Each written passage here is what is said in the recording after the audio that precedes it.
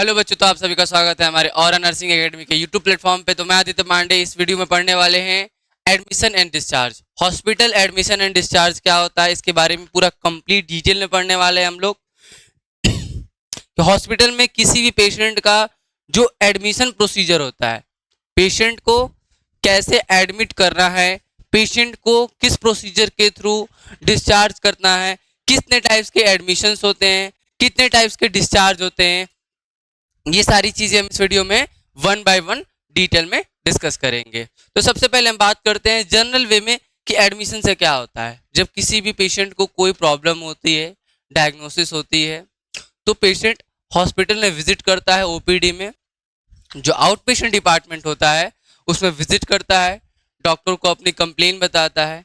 यदि doctor diagnose करता है कि इसको नीड है हॉस्पिटलाइजेशन की, तो उस पेशेंट को वो अपने रिस्पेक्टिव वार्ड में, रिस्पेक्टिव डिपार्टमेंट के अंदर उसको ट्रांसफर करके और उसमें एडिट करता है फर्दर ट्रीटमेंट या किसी भी सर्जरी के लिए। डिस्चार्ज क्या होता है? यदि डिस्चार्ज हम जनरल वे में देखें तो ट्रीटमेंट के बाद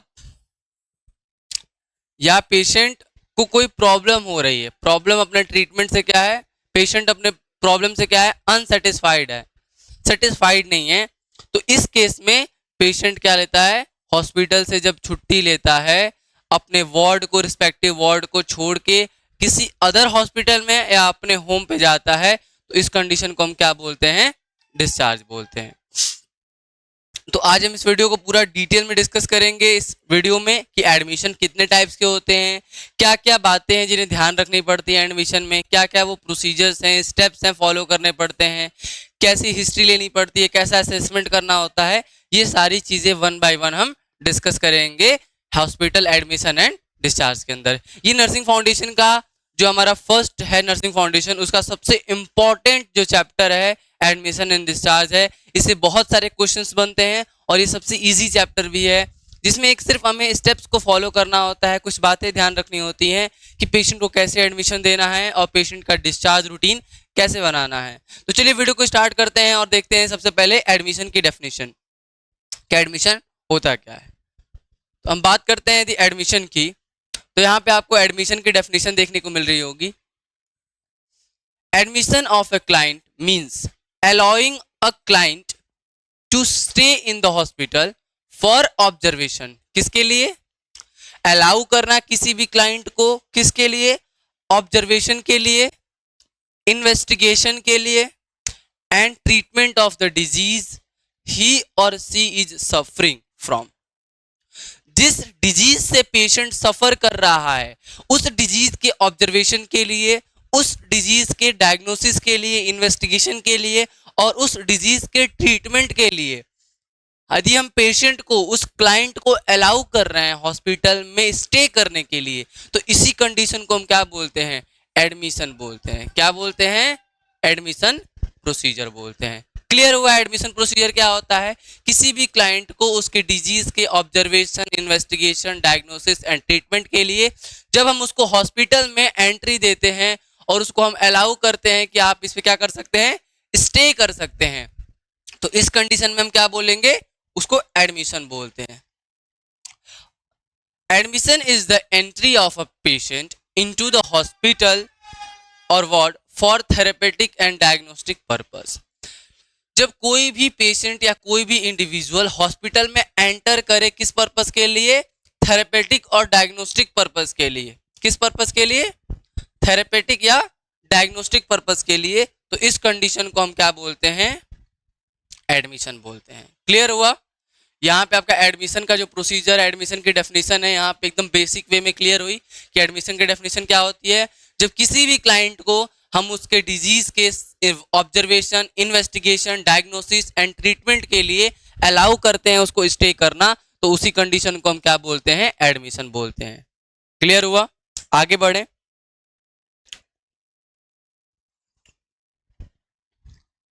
अब हम बात करते हैं टाइप्स ऑफ एडमिशन। यहाँ पे आपको दिख रहा हो दो टाइप्स के एडमिशन होते हैं। कितने टाइप्स के एडमिशन होते हैं, 2 टाइप्स के एडमिशन होते हैं। पहला होता है इमरजेंसी एडमिशन और दूसरा होता है रूटीन या इलेक्टिव एडमिशन। इमरजेंसी एडमिशन क्या होता है और रूटीन एडमिशन क्या होता है, इस वर्ड से ही आपको क्लियर हो रहा होगा कि इमरजेंसी या रूटीन एडमिशन क्या होते हैं। इमरजेंसी एडमिशन जब किसी इमरजेंसी में हम उसको एडमिट करते हैं उसके ट्रीटमेंट या ऑब्जर्वेशन के लिए।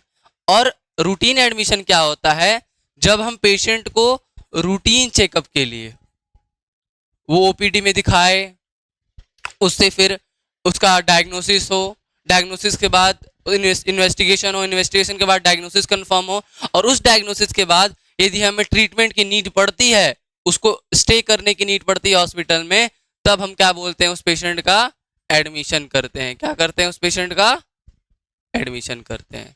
क्लियर हुआ? Types of admission. चलिए डिटेल में देखते हैं। एक और टाइप ऑफ एडमिशन देखेंगे, एक अनप्लान्ड होता है। अनप्लान्ड को क्या बोलते हैं, इमरजेंसी बोलते हैं। और ये क्या होता है, प्री प्लान्ड होता है, नॉन इमरजेंसी। क्लियर हुआ? यहाँ पे जो इमरजेंसी एडमिशन होता है वो क्या होता है, अनप्लान्ड होता है, और जो प्री प्लान्ड होता है वो क्या होता है, नॉन इमरजेंसी होता है।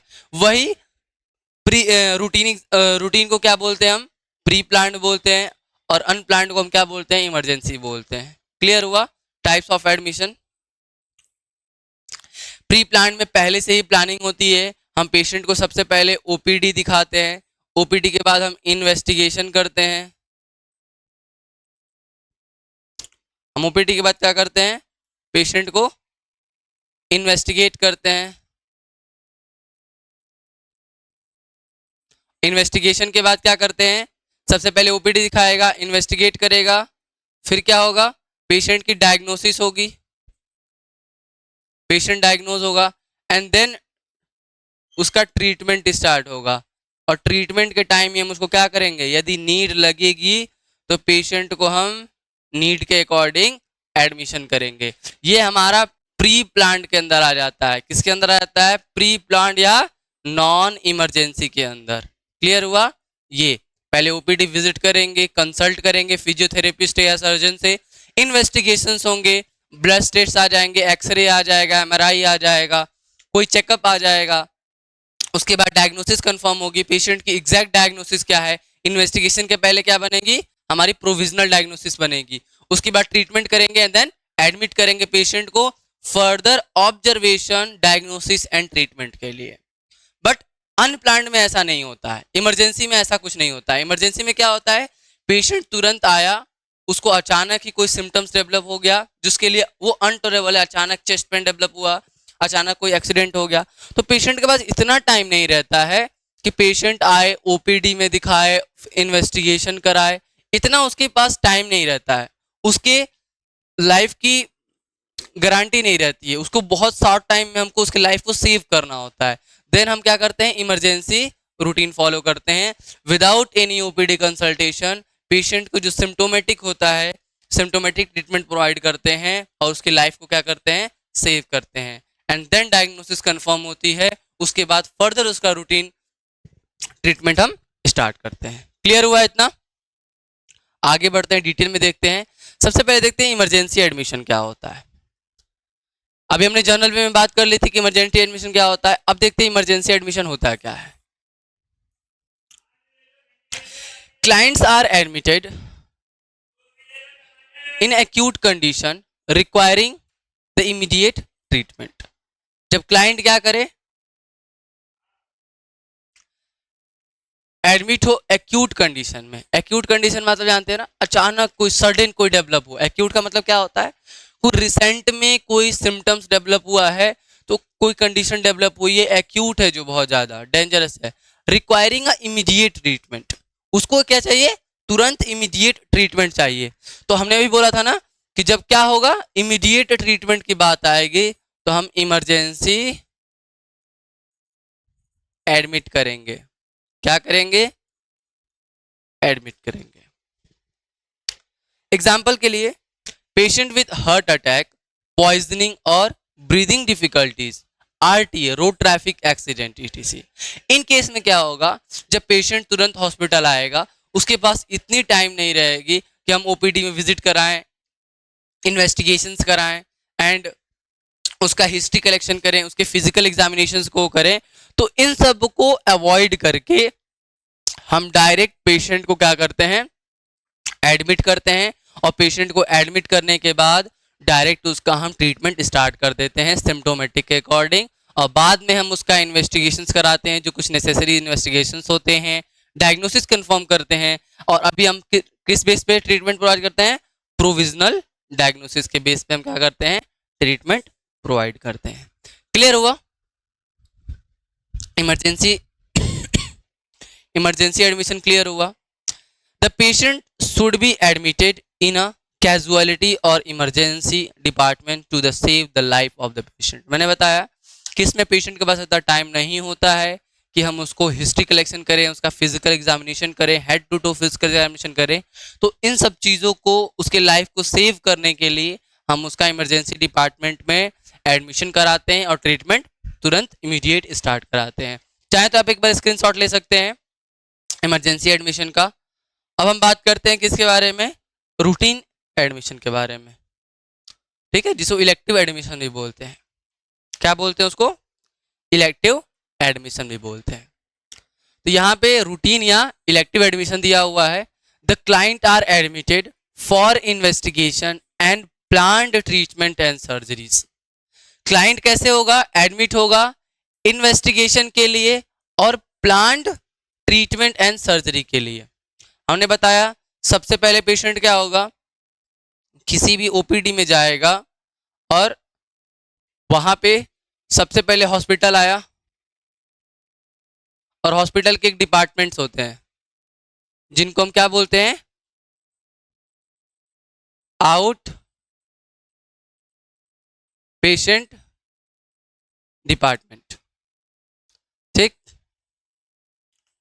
हॉस्पिटल आया, स्लिप लेके आउट पेशेंट डिपार्टमेंट गया। यहां से पेशेंट कहाँ जाएगा, अपने फिजियोथेरेपी या अपना जो भी डॉक्टर है उसके पास कंसल्टेशन के लिए जाएगा।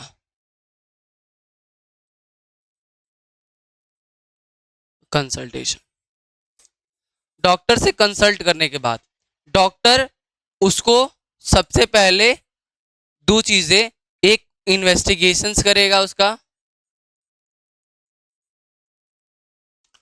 उसके बाद जो उसके करंट साइन एंड सिम्टम्स है उसके बेसिस पे उसका प्रोविजनल डायग्नोसिस बनाएगा।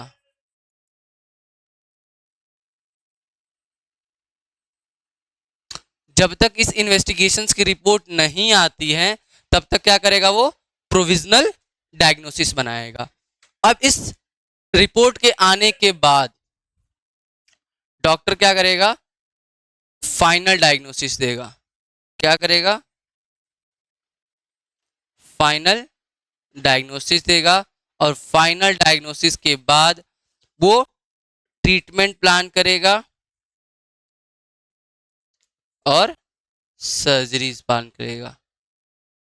और इसी के लिए, इसी ट्रीटमेंट के ऑब्जर्वेशन के लिए, इसके इन्वेस्टिगेशंस के लिए और इन सर्जरीज के लिए पेशेंट क्या होगा, एडमिट होगा।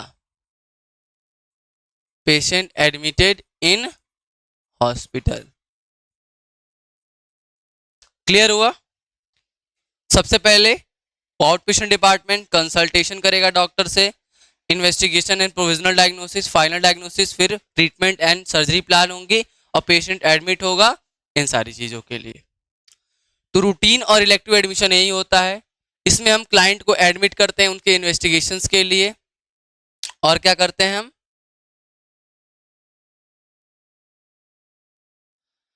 एग्जाम्पल के लिए यहाँ पे दिया है patient with the diabetes, hypertension, appendicitis और जॉन्डिस। इन सब में पेशेंट आता है, उसका इन्वेस्टिगेशन होता है, डायग्नोसिस निकलती है, उसको एक डेट दी जाती है या इमीडिएट उसको एडमिट किया जाता है और उसका ऑपरेशन किया जाता है। क्लियर हुआ? और उसकी रिकवरी तक पेशेंट को हम वार्ड में रखते हैं उसके ऑब्जर्वेशन के लिए और उसके ट्रीटमेंट के लिए। इतना क्लियर हुआ? Admission and discharge.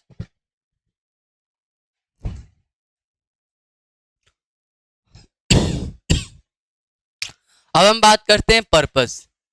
क्या क्या पर्पस है एडमिशन एंड डिस्चार्ज के? एडमिशन के क्या क्या पर्पस है एडमिशन के? To receive the patient involve for admission according to his और हर कंडीशन। सबसे पहले क्या करते हैं, पेशेंट को रिसीव करते हैं वार्ड में for admission according to his और हर कंडीशन। उसके कंडीशन के अकॉर्डिंग उसको हम क्या करते हैं, रिसीव करते हैं या एडमिट करते हैं। उसके बाद हम बात करें तो to welcome the patient, patient का वेलकम करने के लिए। To provide a comfort and safety to the patient, हम पेशेंट का एडमिशन क्यों करते हैं, पेशेंट को कंफर्ट प्रोवाइड करने के लिए, उसको कोई प्रॉब्लम ना हो, वो जब वार्ड में रहे तो एक फैमिलियर इन्वायरमेंट में रहे, वो सेफ वहाँ महसूस करे, उसको सेफ्टी वहाँ रहे, ठीक है, उसको कोई डिस्कम्फर्ट ना हो, सेफ्टी महसूस ना हो, अनसेफ महसूस ना करे। ट्रस्ट डेवलप करने के लिए हम पेशेंट का वेलकम करते हैं और उसको कंफर्ट एंड सेफ्टी प्रोवाइड करते हैं। प्रोवाइड इमीडिएट केयर, यदि पेशेंट की कंडीशन क्या है, एक्यूट है, पेशेंट की कंडीशन क्या है, एक्यूट, उसको कोई कंडीशन है तो उसको हम तुरंत क्या करेंगे, इमीडिएट ट्रीटमेंट प्रोवाइड करेंगे। क्या करेंगे, इमीडिएट ट्रीटमेंट प्रोवाइड करेंगे।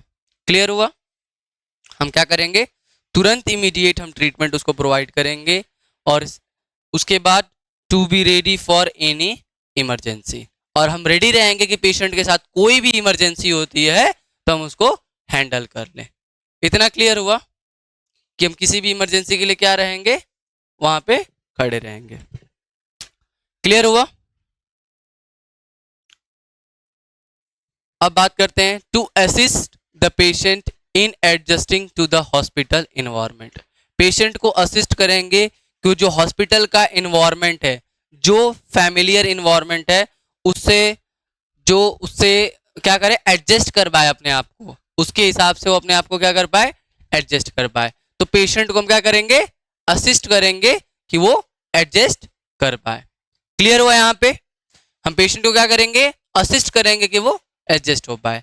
To obtain the information about the patient such as address, guardian, any information that serve as a basis of the care और एलर्जी, डायबिटीज।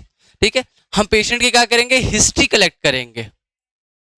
हम पेशेंट की क्या करेंगे, हिस्ट्री कलेक्ट करेंगे कि उसको कोई भी एलर्जी है, उसका बैकग्राउंड क्या है, उसको क्या पसंद है क्या नहीं पसंद है, उसको लाइक उसके डिसलाइक को, क्योंकि हम उसको क्या करेंगे, क्वालिटी केयर प्रोवाइड कर सके। क्या कर सके, क्वालिटी केयर हम उसको प्रोवाइड कर सकते हैं। क्वालिटी केयर के लिए हम क्या करेंगे, पेशेंट की जो बेसिक इंफॉर्मेशन है, चाहे उससे हम डायरेक्ट लें, चाहे उसके फैमिली मेंबर से लें, चाहे उसके रिलेटिव से लें, तो ये उसकी जो बेसिक हिस्ट्री है ये लेना बहुत इंपॉर्टेंट है, क्योंकि उसको यदि हम क्वालिटी केयर प्रोवाइड करना चाहते हैं तो उसकी बेसिक इंफॉर्मेशन हमें रहनी चाहिए।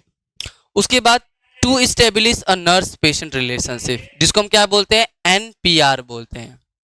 अब ये एनपीआर होता क्या है, एनपीआर का फुल फॉर्म आज जान गया, नर्स पेशेंट रिलेशनशिप होता है। क्या होता है, नर्स पेशेंट रिलेशनशिप। अब एनपीआर क्या होता है, नर्स,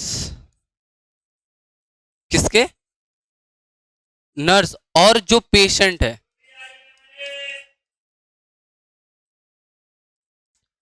उसके बीच में जो रिलेशनशिप स्टैब्लिश होती है, जो कम्युनिकेशन होता है, जो बातचीत होती है, जो एक ट्रस्ट डेवलप होता है, जो एक ऑनेस्टी डेवलप होती है, जो एक कॉन्फिडेंस डेवलप होता है, वो किसके थ्रू होता है, नर्स पेशेंट रिलेशनशिप या client patient, nurse client relationship, NPR बोलते हैं उसको।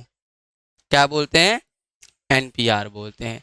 इसके थ्रू जो पेशेंट है वो नर्स के ऊपर क्या क्या डेवलप कर सकता है, अपना ट्रस्ट गेन कर सकता है, ऑनेस्ट रह सकता है, ठीक है, कंफर्ट रह सकता है, उसको और क्या होगा, कॉन्फिडेंस आएगा। ठीक है, तो एनपीआर बहुत अच्छा होना चाहिए, ऐसा एक रिलेशनशिप होना चाहिए कि पेशेंट सब कुछ शेयर करे अपने नर्स से। क्लियर हुआ, यहां पे क्लियर हुई चीजें, NPR nurse patient relationship clear हुआ। इसमें नर्स क्या होती है, ऑनेस्ट होती है पेशेंट के ट्रीटमेंट के लिए, उसके जो फीलिंग्स हैं, इमोशंस का केयर करती है, उसके कॉन्फिडेंशियलिटी को मेंटेन करती है, उसके प्राइवेसी को मेंटेन करती है, जिससे पेशेंट को डेवलप होता है confidence, trust and honest and comfort nurse के ऊपर, और ये सारी इंफॉर्मेशंस जो बेसिक हिस्ट्री होती है, जो प्रॉब्लम होती है, वो नर्स के साथ क्या करती है, शेयर करती है, जिसके वजह से नर्स क्वालिटी प्रोवाइड करने में, उसके ट्रीटमेंट को प्लान करने में बहुत ज्यादा हेल्प मिलता है। क्लियर हुआ? एनपीआर क्लियर हुआ?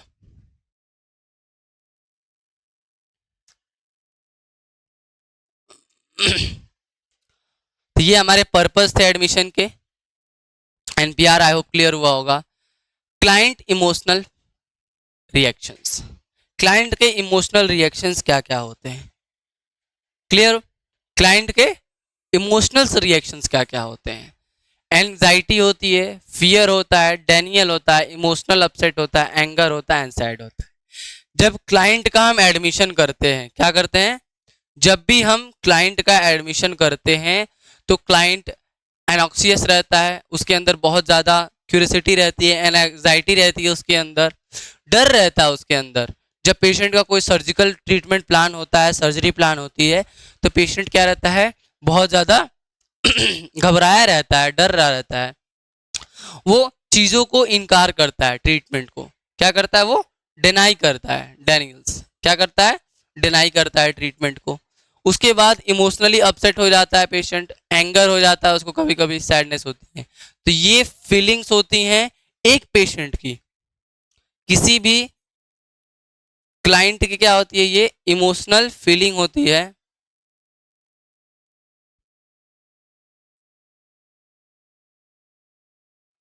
इमोशनल फीलिंग होती है during the admission process. During the admission process. Clear हुआ? ये एडमिशन प्रोसेस के थ्रू ये क्लाइंट का इमोशनल रिएक्शन रहता है। क्या रहता है? क्लाइंट का इमोशनल रिएक्शन रहता है। अब हम बात करते हैं preparing the unit for admission. किसी भी हॉस्पिटल के अंदर यदि कोई पेशेंट आया है एडमिट होने के लिए, तो उसके यूनिट जो होते हैं, जो उनका बेड होता है, जो उनका रिस्पेक्टिव यूनिट होता है, उसको कैसे प्रिपेयर करते हैं, इस चीज़ को हम पढ़ेंगे। क्या क्या चीज़ें करनी होती हैं, किस बात का ध्यान रखना होता है, क्या क्या प्रिकॉशंस लेते होते हैं, क्या क्या प्रिवेंशंस लेने होते हैं, क्या क्या सेफ्टी मेजर्स लेने होते हैं, हाइजीन मेंटेन करना पड़ता है। ये सारी चीज़ें वन बाय वन हम डिस्कस करेंगे किसके अंदर? Preparing the unit for admission. जब भी कोई पेशेंट या क्लाइंट एडमिट होने के लिए आता है तो ये चीज़ें हमें करनी होती हैं। क्लियर हुआ? अब हम बात करते हैं किस चीज़ का? पहला पॉइंट देखते हैं यहाँ पे हम, the admitting the office notify the unit prior to the patient arrival so that the room and bed can be prepared. Patient के आने से पहले ही वो जो डिपार्टमेंट एडमिटिंग ऑफिस है वो नोटिफाई करेगा। किसको नोटिफाई करेगा? उस यूनिट को पहले ही, कि पेशेंट के आने के पहले ही नोटिफाई करेगा कि वो जो यूनिट है वो उसका रूम और बेड प्रिपेयर करे उसके एडमिशन के लिए। तो किसी भी क्लाइंट के एडमिशन के पहले उस डिपार्टमेंट को इन्फॉर्म करना होता है, उस यूनिट इंचार्ज को, कि वो हमारा एक पेशेंट आने वाला है, तो उसके लिए जो यूनिट है वो बेड, उसकी सारी फैसिलिटीज, उसके सारे बेसिक नीड्स को प्रिपेयर करके रखते हैं। उसके बाद हम सेकेंड पॉइंट देखें, some of the activities carried out by the nurses before the patient is to be admitted. कुछ कुछ एक्टिविटीज हैं जो नर्सेस को कैरिड आउट करनी होती हैं उसके एडमिशन के पहले। वो कौन कौन सी एक्टिविटीज हैं? तो पहली एक्टिविटीज है keeping the bed ready. Bed को क्या करना पड़ता है? रेडी करना पड़ता है। Open the bed, fold back the bed, separate bed blankets and top seats. क्या करना होता है?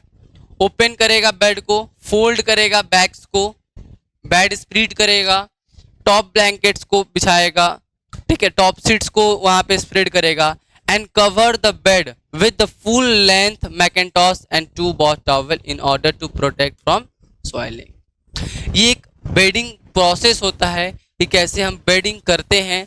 तो ये जो बेडिंग के पूरे स्टेप्स होते हैं, क्या होते हैं, जो बेडिंग के पूरे स्टेप्स होते हैं उनको वहाँ पे क्या करता है, ये follow. कि सबसे पहले कैसे हम क्लीन करते हैं, फिर जो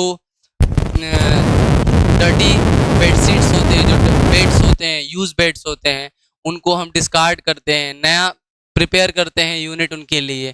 ठीक है, हाइजीनिक का ध्यान रखते हुए. अब सेकंड काम क्या करेगी, उसके एडमिशन से पहले nurse position the bed. Patient की कंडीशन के अकॉर्डिंग उसको कौन सी पोजीशन देनी है, उसकी कौन सी कंफर्टेबल या थेरेपेटिक पोजीशंस देनी है, उसके अकॉर्डिंग बेड की पोजीशनिंग प्रिपेयर करेगी. For ambulatory client the bed should be in normal position. If the client has to arrive on stretcher the bed should be in lowest position. यदि ambulatory patient है तो normal position होना चाहिए. यदि stretcher पे आ रहा है तो क्या होना चाहिए, लोवेस्ट पोजीशन होना चाहिए. क्लियर हुआ. और make sure for the furniture in the room is arrange to ensure the access to the bed. ये क्या होता है, नर्स का काम होता है पेशेंट के एडमिशन से पहले कि उसके पोजीशन को मेंटेन करके रखे. थर्ड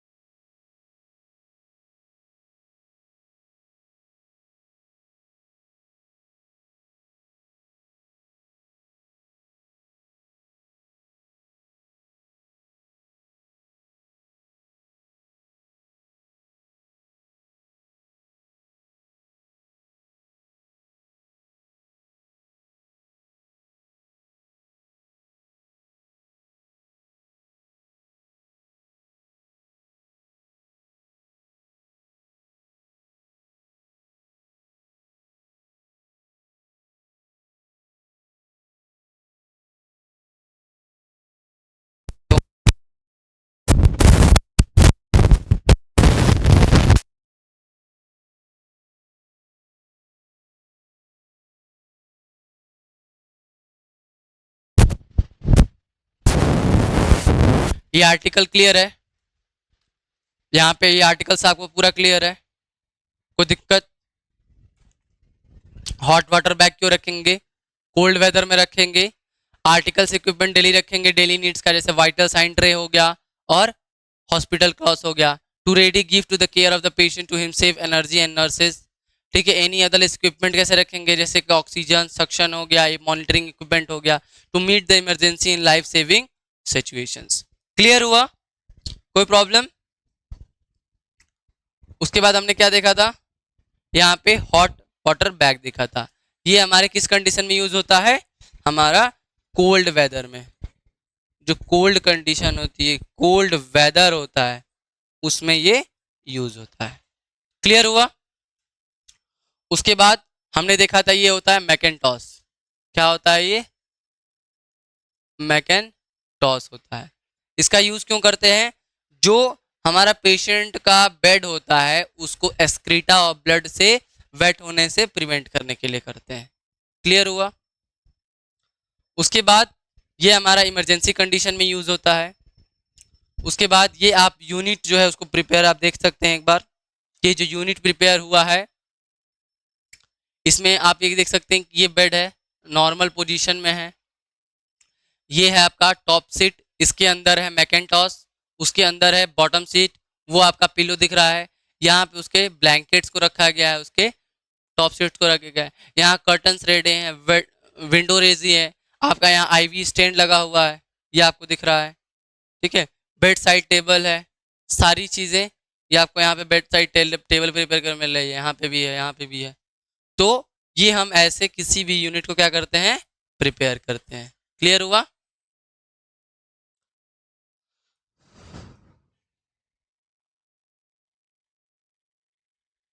अब एडमिशन प्रोसीजर कैसे होता है, कैसे कैसे पेशेंट को हम क्या करते हैं? एडमिट करते हैं। एडमिशन प्रोसीजर की बात करते हैं।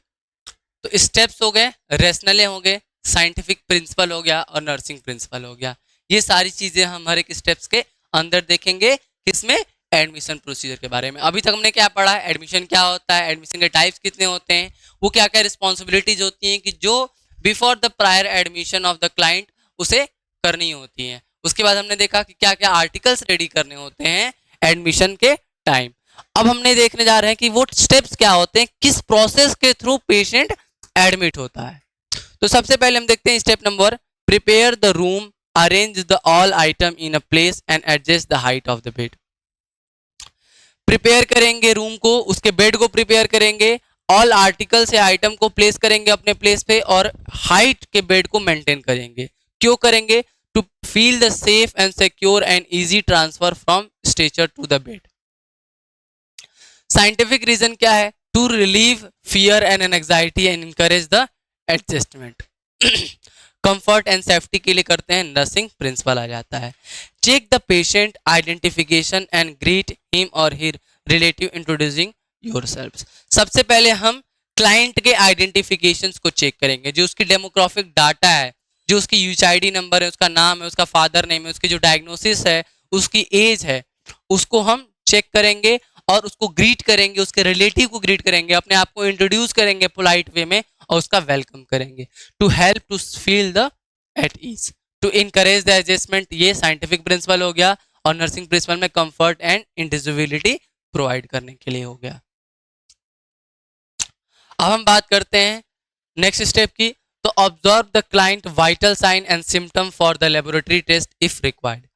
पेशेंट आ गया, एडमिट हो गया, हम उसको ग्रीट कर दिए, उसके डेमोग्राफिक डाटा का आइडेंटिफिकेशन कर लिए, उसको हम उसके प्लेस प्रोवाइड कर दिए, ठीक है, उसको इंट्रोड्यूस कर दिए, अवेयर करा दिए वार्ड्स के बारे में वहाँ के जो कोवर्कर्स हैं उनके उनको ग्रीट करा दिए। तो उसके बाद हम क्या करेंगे? ऑब्जर्व कराएंगे उसके क्लाइंट उस ऑब्जर्व करेंगे उसके वाइटल साइन को, उसके जो साइन एंड सिम्टम्स हैं उसको फॉर लेबोरेटरी टेस्ट और रिक्वायर्ड, कोई भी लेबोरेटरी टेस्ट रिक्वायर्ड होगा उसके लिए। रेशनली क्या होगा? To know the condition of patient on admission to assist the physician in the line of treatment. Scientific principle क्या हो जाएगा? To detect any variation from normal, कोई भी वेरिएशन देखने को मिल रहा है नॉर्मल, उसको हम प्रिवेंट करने के लिए करेंगे। क्लियर हुआ? थेरेपेटिक इफेक्टिवनेस करेंगे हम, प्रोवाइड अ प्राइवेसी और give a admission bath if the needed a change to the hospital clothes.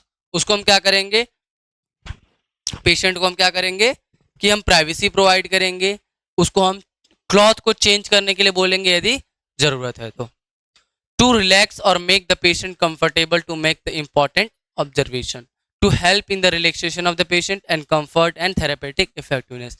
ये किसके अंदर आता है, नर्सिंग प्रिंसिपल के अंदर, साइंटिफिक प्रिंसिपल और रैशनल मतलब रीजन क्या होता है इस स्टेप्स का। क्लियर हुआ इतना?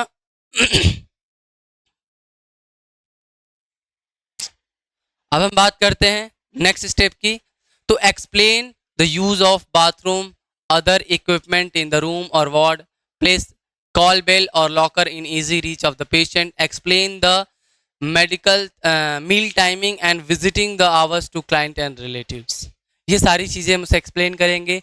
क्यों करेंगे, रेशनल क्या है इसका, to help the patient be at the case of knowing how to use the equipment to the prevent accident, help in the adjusting the new environment, reducing the anxiety, help in the preventing the accident, comfort and safety के लिए करेंगे। return the patient a valuable and clothing, ये हम क्यों करेंगे, patient के लिए करेंगे। to provide the client with his her own valuables, safety के लिए करेंगे। ये सारी चीजें किसके लिए हैं, ड्यूरिंग द एडमिशन प्रोसीजर के अंदर है कि हम कैसे कैसे एडमिशन का स्टेप्स को फॉलो करेंगे। अब हम बात करते हैं answer the queries of the clients and relatives. उनके रिलेटिव या क्लाइंट या पेशेंट को कोई भी क्वायरीज है, कोई भी डाउट्स है, उसका आंसर करेंगे। ठीक है, decrease the anxiety and fear को डिक्रीज करने के लिए, help to avoid the stress के लिए एंड कंफर्ट। ये हमारा साइंटिफिक एंड नर्सिंग प्रिंसिपल हो गया। Step next step, complete the necessary record according to the emergency policies with include nursing and history assessment. Important part of the client permanent record होता है, इसलिए करेंगे, record करेंगे patient का data को। Individuality therapeutic effectiveness को maintain करेंगे। ये हमारा नर्सिंग प्रिंसिपल हो जाता है। क्लियर हुआ? अब एक आ जाती है medical legal cases. Medical legal cases क्या होती हैं, यहां तक समझ में आया? मेडिकल लीगल केसेस क्या होती हैं? Medical legal cases, a medical legal cases is a one where the bedside the medical treatment investigation by the law of enforcing the agencies are essential to fix the responsibility regarding the present data condition of the patient। Patient के further future में कोई issues ना आ जाए, medical legal कोई issue ना आ जाए, उसको prevent करने के लिए बेड साइड मेडिकल ट्रीटमेंट और इन्वेस्टिगेशन किया जाता है by law enforcing the agencies to essentials to fix the responsibility regarding to the present state and condition of the patient। ठीक है, प्रेजेंट स्टेट और उसको कंडीशन को फिक्स करने के लिए। मेडिकल लीगल क्या होता है? मेडिकल लीगल केसेस इंक्लूड करती हैं accident like the road traffic accident and accident, case of trauma with special of the foul play, electrical injury हो गई, पॉइजनिंग हो गई, केमिकल इंजरी हो गई, बर्न हो गया, सेक्सुअल ऑफेंस हो गया, अटेम्प्टेड सुसाइड हो गया, domestic violence and child abuse. ये सब किसके अंदर आ जाता है हमारा, ये सारी चीजें medical legal. The cases of asphyxia result of the hanging, drowning and suffocation, death in the operation theater, death due to the snake bite and animals bite, drug overdose हो जाएगा, drug abuse हो जाएगा, ठीक है, death through the emergency department, ठीक है, और death occurring within 24 hours of the hospitalization without stabilization of diagnosis। ये सब किसके अंदर आता है? मेडिकल लीगल केसेस के अंदर आता है। तो इनका जो रिकॉर्ड एंड डॉक्यूमेंटेशन होता है, जो रिकॉर्ड एंड डॉक्यूमेंटेशन होता है, उसको मेंटेन करके रखना पड़ता है कि कोई भी मेडिकल लीगल केसेस हो, कोई भी एफआईआर हुआ, कोई भी लॉ वाली चीज़ें हुई कंस्टिट्यूशन वाली, तो हमारे सेफ्टी और हमारे सेफ्टी एंड सिक्योरिटी को इंश्योर करने के लिए मेडिकल लीगल केसेस के कुछ रूल्स बनाए गए हैं। अब हम rules during the MLC medical legal cases के अंदर क्या क्या रूल्स होते हैं। इन emergencies the resuscitation and stabilization of the patient will be carried out first and medical legal formalities may be completed subsequently। सबसे पहले उसका रिसक्सिटेशन एंड स्टेबलाइजेशन करेंगे, उसके साथ साथ में ही हम वो जो फॉर्मेलिटीज होती है मेडिकल लीगल केसेस के, जो कंसेंट्स होते हैं, वो एक अदर जो हमारा हेल्थ केयर वर्कर होता है लेता रहता है. The consent for the treatment is implied in the all emergencies. The hospital will be maintain a MLC register and the MLC will be the initiated and documented in the register. The medical legal documents should be considered as the confidential record and should be recorded under the safe body. Clear हुआ यहाँ तक? अब बात करते हैं हम role of nurse during the admission process. क्या क्या नर्सेस के रोल होते हैं, रिस्पॉन्सिबिलिटीज होती हैं ड्यूरिंग द एडमिशन प्रोसेस, क्या क्या वो रिस्पॉन्सिबिलिटीज लेती हैं. तो सबसे पहले बात करें तो all the time of at the time of admission the registered nurse perform the complete assessment of the patient. Patient का क्या करती है? कंप्लीट असेसमेंट करती है. Enter the patient name, date, time for the admission, chief complaint and medical diagnosis in the admission file for the patient. Clear हुआ? उसके बाद क्या करती है? डॉक्यूमेंट करती है the source of information, family, client, can giver, जो भी उसके इंफॉर्मेशन देता है. चेक करते हैं कि document if the patient has previous hospitalization and past major illness, take the patient vital sign, prepare the respiratory rate, height and weight. ये क्या होती है? पूरी रिस्पॉन्सिबिलिटी होती है नर्स की, ठीक है, कैसे कैसे ये प्रोवाइड करेगी. क्लियर हुआ? यहां तक क्लियर हुआ? उसके बाद डॉक्यूमेंट करती है if the patient family has a valuable brought to the hospitalisation, if yes hand it over to the relative with their signature. At the time of arrival to the unit and ward, the patient and family will be given orientation regarding the unit, visiting room, patient right and responsibilities. In medical legal cases, the police has to be informed and the nurses has to be keep document confidential under the safe custody. Clear हुआ?